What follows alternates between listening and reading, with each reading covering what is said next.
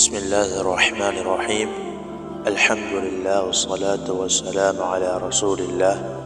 أما بعد، فأعوذ بالله من الشيطان الرجيم. بسم الله الرحمن الرحيم. قد أفلح المؤمنون. صدق الله العظيم. அன்பான மாணவர்களே, சிறார்களே, இஸ்லாத்தில் இருக்கக்கூடிய கடமைகள் 5. எங்கள் எல்லோருக்கும் தெரியும், 5 கடமைகள். அந்த 5 கடமைகளிலும் ஒவ்வொரு முஸ்லிமும், அதாவது நாங்கள், எங்களுக்கு பருவ வயதை அடைந்ததிலிருந்து நாங்கள் இந்த உலகை விட்டு பிரியும் வரை எந்த சந்தர்ப்பத்திலும் எந்த நேரத்திலும் விட முடியாத ஒரு கடமை இருக்குமானால் அது தொழுகை. அல்லாஹு தஆலா நமக்கு அந்த தொழுகையை அவ்வளவு ஒரு முக்கியமான ஒரு அமலாக, வணக்கமாக ஆக்கியிருக்கிறான். எனவே வாழ்க்கையில் எப்பொழுதும் இந்த தொழுகையில் நாம் பேணுதலாக இருக்க வேண்டும். அது நாம் எங்கு பயணம் சென்றாலும் சரி, எங்கு பாடசாலைக்கு சென்றாலும் சரி, மேலதிக வகுப்புகளுக்கு சென்றாலும் சரி, தொழுகை நம்முடைய வாழ்க்கையிலிருந்து அது தவற விடப்படக்கூடாது. ஆனால் இன்று நாம் சர்வ சாதாரணமாக, அதாவது ஒரு சிறிய தலைவலிக்காக வேண்டி, எங்களுடைய டியூஷன் வகுப்புகளுக்காக வேண்டி பாடசாலைகளில் இருந்து கொண்டு நாங்கள் தொழுகையை விடக்கூடிய ஒரு காட்சியை கண்டு கொண்டிருக்கிறோம். ஏதோ நாம் சிறார்களாக இருக்கிறோம் என்பதனால் இதனுடைய பாரதூரம் விளங்குவதில்லை. ஆனால் இவருடைய வாழ்க்கையில் தொழுகை இல்லாமல் ஒருவர் ஒரு படிப்பை தொழுகை இல்லாமல் படிக்கிறார் என்றால் அந்த படிப்பிலிருந்து அவருக்கு உண்மையான பிரயோஜனத்தை அடைந்து கொள்ள முடியாது. அவர் படிக்கக்கூடிய படிப்பு அவருக்கு எதிராகவே வந்து சேரும்.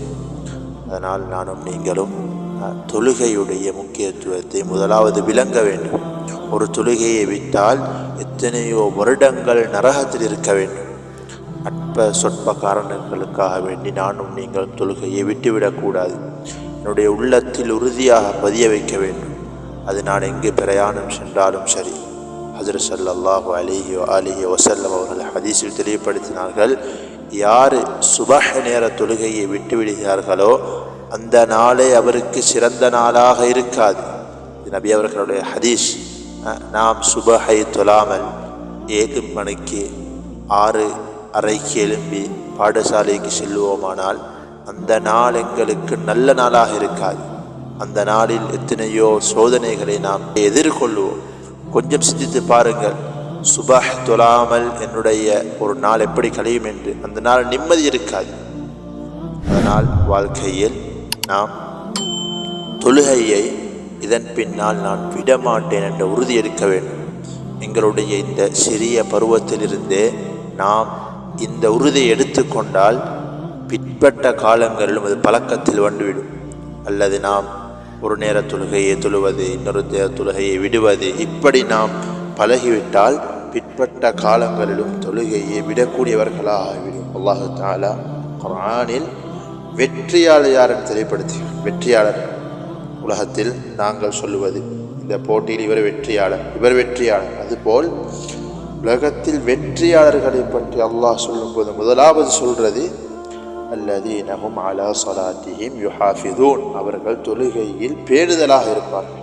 குர்ஆனில் எந்த இடத்திலுமே தொழுங்கள் என்று வரல, தொழுகையில் நீங்கள் பேணுதலாகவும் தொடர்ச்சியாகவும் இருங்கள். அகீமுஸ் ஸலாத், தொழுகையை நிலைநாட்டுங்கள். அதாவது சுபஹை தொழ மாட்டாரு, துஹர் தொழுகிறாரு, அஷர் இல்லை மக்ரிப் தொழுகிறாரு, மக்ரிப் இல்லை இஷா தொழுகிறாரு, டைம் இருந்தால் தொழுகிறாரு, விளையாட்டிலே அவருடைய காலம் கழியுது, 2 நேர தொழுகை இல்லாமல் போகுது. இப்படி தொழக்கூடியவர்களுக்கு அல்லாஹ் தஆலா குர்ஆனில் ஷஃபிக்கிறான், பதுவா செய்கிறான். ஃபவைலுல் லில் முஸல்லீன், தொழுகையாளிகளுக்கு கேடுதான். எப்படி தொழுபவர்கள்? அல்லதீன ஹும் அன் ஸலாத்திஹிம் சாஹூன், தொழுகையில் பொடுபோக்காக இருப்பவர்கள். இதற்கு விளக்கம் எழுதும் பொழுது விட்டு தொழுபவர்கள். அதனால் எனக்கு நேரம் கிடைத்தால் தொழுது கொள்வேன், இல்லாவிட்டால் நான் தொழவில்லை. யாருக்காகவோ தொழுவது? என்னுடைய தாய் தந்தை என்னை எழுப்பாட்டி விட்டால் தொழுவோம். இல்லாவிட்டால் நான் தூங்கி விடுவோம். இப்படி இன்று எங்களுடைய வாழ்க்கையில் தொழுகை எவ்வளோ வீணடிக்கப்படுகிறது. இப்படி இல்லாமல் தொழுது கொண்டு நாங்கள் படிக்கக்கூடிய படிப்போ செய்யக்கூடிய முயற்சி நிச்சயமாக அல்லாஹ் தஆலா வெற்றியை தரும். அதனால் நாம் இன்றிலிருந்து ஒரு முடிவெடுப்போம். இதற்கு பின்னால் என்னுடைய வாழ்க்கையில் தொழுகை என்பது அது மிஸ் ஆகக்கூடிய விடயம் அல்ல. நான் எந்த சந்தர்ப்பத்தில் இருந்தாலும் எவ்வளவு நோயில் இருந்தாலும் எனக்கு தண்ணீரை உபயோகிக்க முடியாது, தயமம் செய்ய முடியும், நின்று சொல்ல முடியாது, உட்கார்ந்து சொல்ல முடியும், உட்கார்ந்து சொல்ல முடியாது. இஸ்லாம் வழிகாட்டுகிறது நீங்கள் கட்டிலில் படுத்து கொண்டாவது தொழுங்கள் என்று. அந்த முக்கியமான தொழுகை. எனவே தொழுகையுடைய முக்கியத்துவத்தை விளங்கி எங்களுடைய இந்த சிறிய பருவத்தில் இருந்து தொழுகையை கடைபிடிக்கக்கூடியவர்களாக அல்லாஹ் தஆலா எங்களை ஆக்கியருவானாக. வஆகிரு தஅவானா அல்ஹம்துலில்லாஹி ரப்பில் ஆலமீன்.